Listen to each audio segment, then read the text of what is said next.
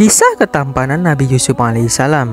Assalamualaikum warahmatullahi wabarakatuh. Sahabat, Nabi Yusuf alaihissalam dikisahkan relatif lengkap dalam Al-Quran. Dia adalah salah satu Nabi Allah yang diberi kelebihan ketampanan luar biasa.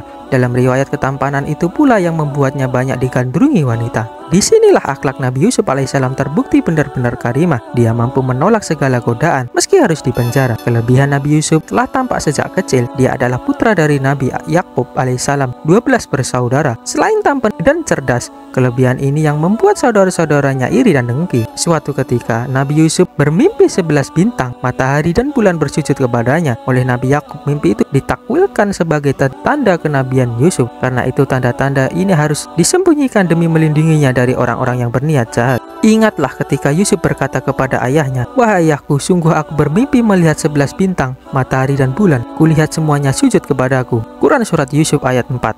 Namun, rupanya ketampanan dan kelebihan Nabi Yusuf itu membuatnya tak luput dari niat jahat saudaranya. Nabi Yusuf dibuang ke dalam sumur sebelum diselamatkan oleh kafilah yang melintas. Kisah ini terabadikan dalam Al-Quran Surat Yusuf ayat 19. Musafir tersebut kemudian membawa Yusuf ke Mesir dan menjualnya sebagai budak. Nabi Yusuf dibeli salah seorang Al-Aziz, bangsawan Mesir. Ketika Nabi Yusuf tumbuh dan berkembang, aura ketampanannya semakin memancar. Parasnya yang tampan membuat istri majikannya, Zulaikha, tergoda. Suatu ketika istri majikan Yusuf menggodanya. Saking tak tahannya Zulaikha sampai mendatangi Yusuf sehingga keduanya berada di dalam kamar yang sama. Di dalam kamar itu secara terbuka Zulaikha terus menggodanya dengan berbagai cara.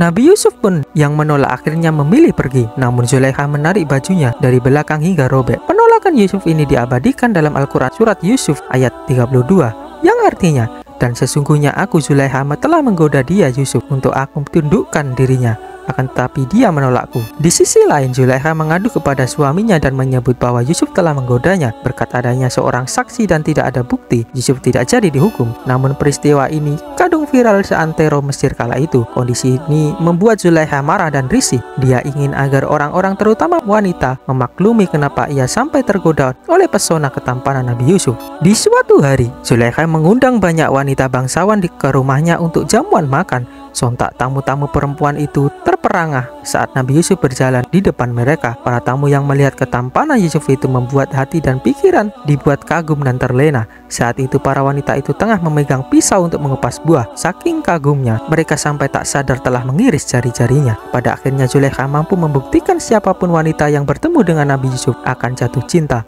Sementara Nabi Yusuf sendiri kemudian tetap dipenjara dan baru dibebaskan ketika muncul masalah di kerajaan Mesir. Wallahu a'lam bishawab.